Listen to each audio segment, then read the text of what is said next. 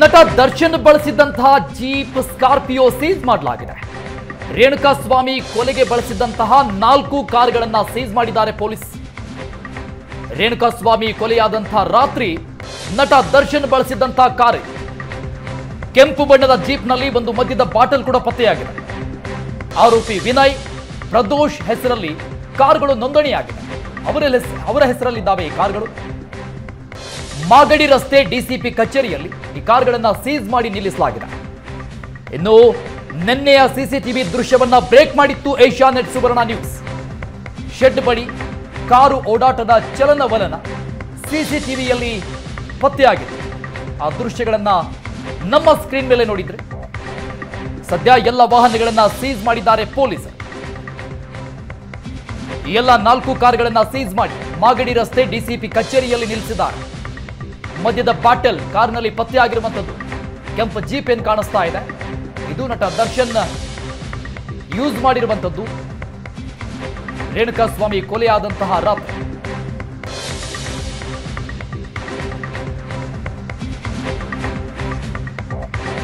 June 8ನೇ ತಾರೀಕು ಅಂದ್ರೆ ಶನಿವಾರ ಕೊಲೆಯಾದಂತಹ ರೇಣುಕಾಸ್ವಾಮಿಯ ದೇಹ ಸುಮ್ಮನಹಳ್ಳಿಯ ಬಳಿಯ ಒಂದು ಮೋರಿಯ ಹತ್ರ ಸಿಕ್ಕಿತ್ತು. ಆದರೆ ಕೊಲೆಯ ಹಿಂದೆ ಬಿದ್ದಂತಹ ಪೊಲೀಸರಿಗೆ ಸಿಕ್ಕಂತಹದ್ದು ದರ್ಶನ್ ಅಂಡ್ ಟೀಮು ಈ ಕೊಲೆಯನ್ನ ಮಾಡಿದೆ ಅಂತ ಹೇಳಿ RR ನಗರದ ಬಳಿ ಇರುವಂತಹ ಪಟ್ಟಣಗೆರೆಯಲ್ಲಿರುವಂತಹ ಒಂದು ಗೋಡನ್ನಲ್ಲಿ ಕೊಲೆ ಮಾಡಲಾಗಿತ್ತು. ಆ ಗೋಡನ್ನಲ್ಲಿ ಸಾಕಷ್ಟು ಬಾರಿ ಒಂದು ವೆಹಿಕಲ್ ಓಡಾಡಿತ್ತು. ಒಂದು ಜೀಪ್ನಲ್ಲಿ ದರ್ಶನ್ ಓಡಾಟವನ್ನ ನಡೆಸಿದ್ರು ಅಂತ ಹೇಳಿ ಸುವರ್ಣ ನ್ಯೂಸ್ ನಿನ್ನೆ ಸಿಸಿಟಿವಿ ವಿಜುವಲ್ಸ್ ಮುಖಾಂತರ ಸಾರ್ವಜನಿಕರ ಮುಂದೆ ಇಡುವಂತ ಕೆಲಸ ಮಾಡಿತ್ತು. ಆ ವೆಹಿಕಲ್ಗಳನ್ನ ಇವತ್ತು ಪೊಲೀಸರು ಸೀಸ್ ಮಾಡಿದ್ದಾರೆ. ಸದ್ಯ ನಾನೀಗ ಮಾಗಡಿ ರಸ್ತೆಯಲ್ಲಿರುವಂತಹ DCP ಆಫೀಸ್ನ ಚಿತ್ರಣವನ್ನ ನಾನು ನಿಮಗೆ ತೋರಿಸ್ತಾ ಇದ್ದೀನಿ. DCP ಆಫೀಸ್ನ ಪಕ್ಕದಲ್ಲೇ ಈಗ ವೆಹಿಕಲ್ಗಳನ್ನು ಸೀಸ್ ಮಾಡಿ ತಂದು ನಿಲ್ಲಿಸಿರುವಂಥದ್ದು. ಈ ವೆಹಿಕಲ್ನನ್ನು ನಿನ್ನೆ ನಾವು CCTVಯನ್ನು ಬ್ರೇಕ್ ಮಾಡಿದಂಥ ಸಂದರ್ಭದಲ್ಲಿ ನಿಮಗೆ ಸಾಕಷ್ಟು ಬಾರಿ ತೋರಿಸಿದ್ವಿ.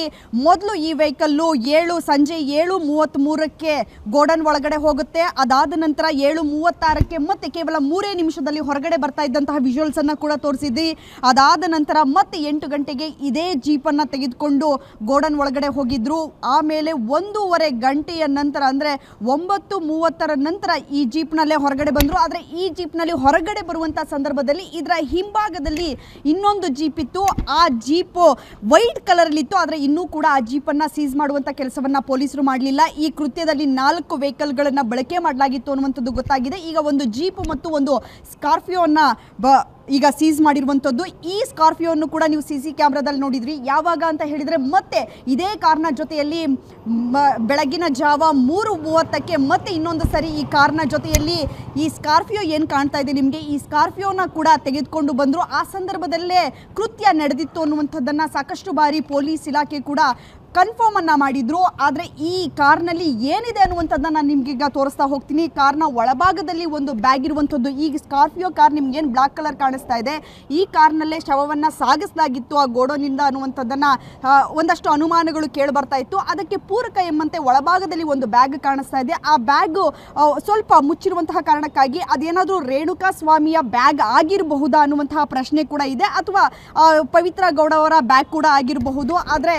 ಈಗ ಸದ್ಯಕ್ಕೆ ಕಾಣಿಸ್ತಾ ಇರುವಂಥದ್ದು ಏನಾದರೂ ಅದು ರೇಣುಕಾಸ್ವಾಮಿ ಅವರು, ಯಾಕಂದರೆ ಕೆಲಸದಿಂದ ನೇರವಾಗಿ ಅವರನ್ನು ಇಲ್ಲಿಗೆ ಚಿತ್ರದುರ್ಗದಿಂದ ಇಲ್ಲಿಗೆ ಕರ್ಕೊಂಡು ಬಂದಂತಹ ಕಾರಣಕ್ಕಾಗಿ ಅವರ ಬ್ಯಾಗು ಕೂಡ ಇಲ್ಲಿಯೇ ಇರುವಂತಹ ಸಾಧ್ಯತೆ ಇದೆ. ಅದರ ಜೊತೆಗೆ ದರ್ಶನ್ ಅಂಡ್ ಟೀಮ್ನ ಮೆಂಬರ್ಸ್ ಎಲ್ಲರೂ ಕೂಡ ಪಾನಮತ್ತರಾಗಿದ್ರ ಅನ್ನುವಂಥದ್ದು ಕೂಡ ಪ್ರಶ್ನೆ ಮೂಡುವಂಥದ್ದು. ನಿಮಗೆ ಏನು ನಾನು ಮೊದಲು ತೋರಿಸಿದೆ ಜೀಪು, ಆ ಜೀಪ್ನ ಒಳಭಾಗದಲ್ಲಿ ಒಂದು ಮದ್ಯದ ಬಾಟಲ್ ಕೂಡ ಕಂಡು ಬರ್ತಾ ಇದೆ. ಜೀಪ್ನ ಅಂದರೆ ಪಾರ್ಟಿಯನ್ನು ಮುಗಿಸಿ ಮತ್ತೆ ಬೆಳಗಿನ ಜಾವ 3:30ಗೆ ಹೋಗಿರಬಹುದು ಅನ್ನುವಂಥದ್ದು ಕೇಳಿ ಬರ್ತಾ ಇತ್ತು. ಇದೇ ಕಾರ್ನಲ್ಲಿ ಅವರು ಹೋಗಿದ್ರು.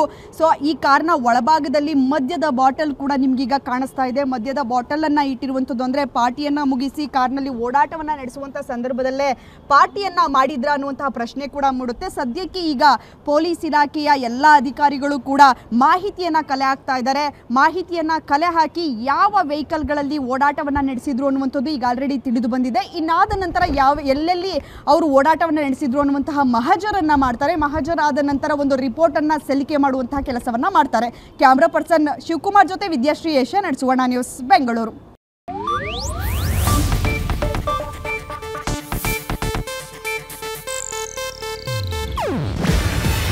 ಇದು ಏಷ್ಯಾನೆಟ್ ನ್ಯೂಸ್ ನೆಟ್ವರ್ಕ್ ಪ್ರಸ್ತುತಿ.